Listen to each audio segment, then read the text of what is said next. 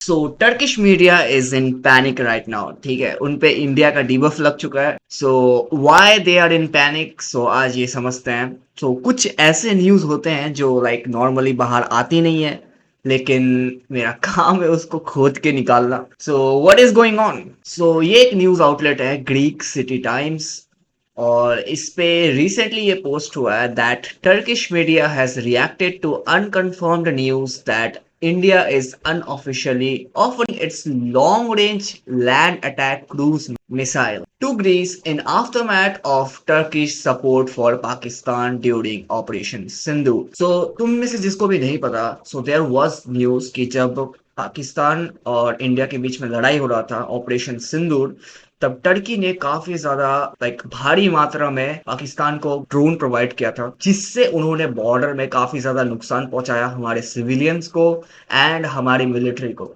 सो आज के टाइम पे टर्किश मीडिया में इसीलिए इतना ज्यादा पैनिक है कि इंडिया ग्रीस को मिसाइल प्रोवाइड कर रही है एंड कहीं ग्रीस टर्की को अटैक ना कर दे।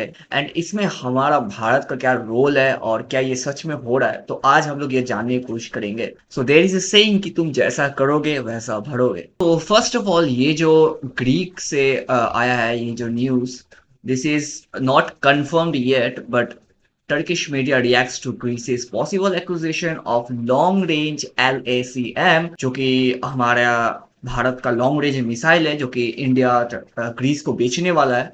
It's not confirm yet, but soon maybe there will be a confirmation, and Turkish media is assuming that Greece will target Turkey.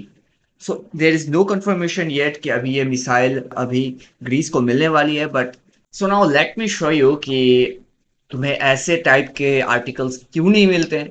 ये एक टर्किश मीडिया का आर्टिकल है जो कि लाइक टर्किश में ऑफ कोर्स, एंड ये हिंदुस्तान इंडिया है। ठीक है, वो इंडिया को हिंदुस्तान बोलते हैं, एंड ये पूरा का पूरा आर्टिकल तुम्हारा टर्किश में है, जिसको तुम्हें ऑफ कोर्स पढ़ने के लिए गूगल ट्रांसलेटर का यूज करना पड़ेगा। So you can see they are heavily talking about it कि like is Turkey the target.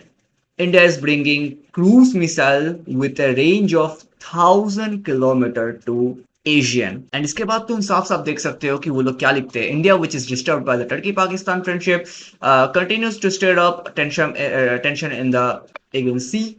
According to the latest claim in the Greek press, the New Delhi government will deploy cruise missile with a range of 1,000 kilometer to the Aegean। So Aegean Sea जो है वो काफी ज्यादा important सी है, you can see। And अगर तुम्हें मैं map में दिखाऊं, ये है महाभारत, एंड इस तरफ तो ये है टर्की, एंड ये जो एरिया है ये है पूरा एगियन सी, और ये रहा Greece. So there is a long distance between Greece and Turkey, और ये है पूरा Aegean Sea. So it's very surprising to me कि दैट टर्की एंड ग्रीस, वैसे तो दोनों ही नेटो कंट्री है, बट टर्की इतना ज्यादा डरा हुआ है that their media is non stop talking about this missile deal. And most importantly Turkey इतना ज्यादा फियर में क्यों है, वो तुम्हें याद होगा दैट इंडिया एंड पाकिस्तान में जब वॉर हुआ था, जिसमें इंडिया ने अपने मिसाइल्स को यूज किया था, जो कि काफी ज्यादा प्रिसीजन से टेररिस्ट कैंप्स को डिस्ट्रॉय किया गया था। Remember this clip, this is like very popular clip. So this is very popular clip of like destroying the enemy camps with precision, and I don't think कि Turkey को ऐसे missile hits लेने की आदत है। So they are literally very scared of this। So Turkey और इस drone का रिलेशन बहुत ही ज्यादा खराब है। ये बायक्तर TB2 ड्रोन जो टर्की ने प्रोवाइड किया था यूक्रेन को, और यूक्रेन ने अटैक किया रशिया को, और यही सेम ड्रोन इंडिया और पाकिस्तान के बीच में जब वॉर हुआ था उसमें कहा यह जा रहा था दैट टर्की ने पाकिस्तान को ऐसे ड्रोन्स प्रोवाइड किए थे जिससे पाकिस्तान ने सिविलियंस और मिलिट्री को काफी ज्यादा हानि पहुंचाया था। And this is very serious for India. अगर तुम ऐसा कुछ करते हो then you should be prepare to get the similar result, right. So if India is dealing with Greece with long range missile, I think there should be absolutely a deal जो कि like Greece को ये missile अगर उन्हें चाहिए then उन्हें मिलनी चाहिए। And you can not just deny and sit back कि लाइक हमने तो ऐसा कोई ड्रोन प्रोवाइड किया ही नहीं था।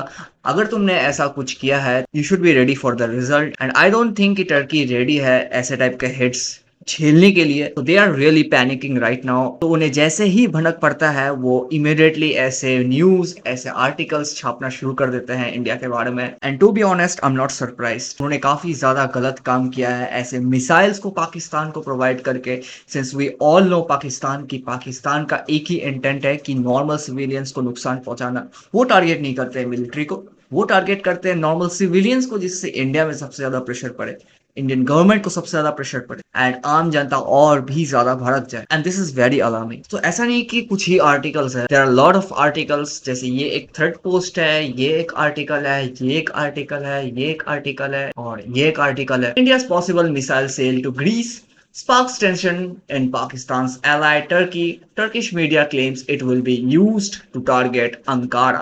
So Ankara जो है वो टर्की का सबसे बड़ा लार्जेस्ट कैपिटल सिटी है। न्यूज आउटलेट्स आर सेइंग कि लाइक इंडिया के दिए गए मिसाइल्स से ग्रीस टर्की के सबसे बड़े कैपिटल को अटैक कर सकता है। लेकिन सोचने वाली बात यह है दैट टर्की, इंडिया और चाइना, इन तीनों ही कंट्री के पास S-400 जो कि है रशियन मिसाइल डिफेंस सिस्टम, जो कि रेंज है अप टू 400 किलोमीटर्स, वो इन तीनों के पास ही है। well, इन सब मामलों में ग्रीस एक कदम आगे है कि S-400 डिफेंस सिस्टम को ब्रेक करने के लिए ग्रीस अब इंडिया से ब्रह्मोस मिसाइल खरीदने की बात चल रही है। Well, this doesn't ends there, right? Animation targeting Turkish ship. In the animation published by the Indian media, it was that BrahMos missile launched from Greece hit the Turkish warship sailing in the blue homeland. So indeed there was an animation from Indian media. Well, Indian media काफी ज्यादा weird कभी कभार animations बनाती रहती है। So there was a Indian media outlet जिन्होंने ऐसे animations बनाई थी जिसमें ग्रीस टर्किश warship को hit कर रही है with the BrahMos missile. On the other hand, the news reported that especially in the conditions of missile saturation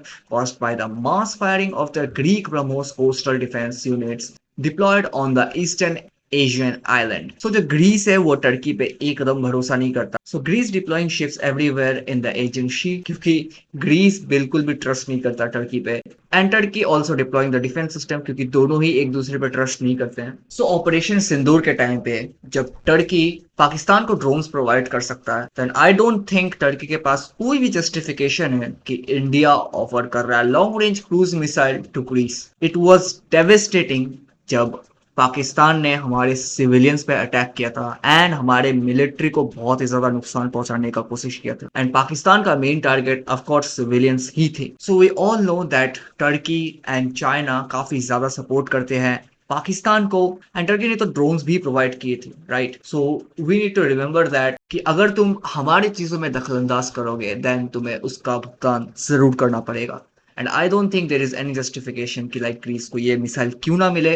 और भारत सिर्फ ग्रीस को ही नहीं और भी काफी सारे देशों को अपने मिसाइल्स प्रोवाइड कर रही है, स्पेसिफिकली टर्की के सराउंडिंग कंट्रीज को, कि लाइक तुम अपने घर में बैठ के आराम से बैठ नहीं सकते हो और ये सोच सकते हो कि तुम पे कोई एक्शन नहीं लिया जाएगा।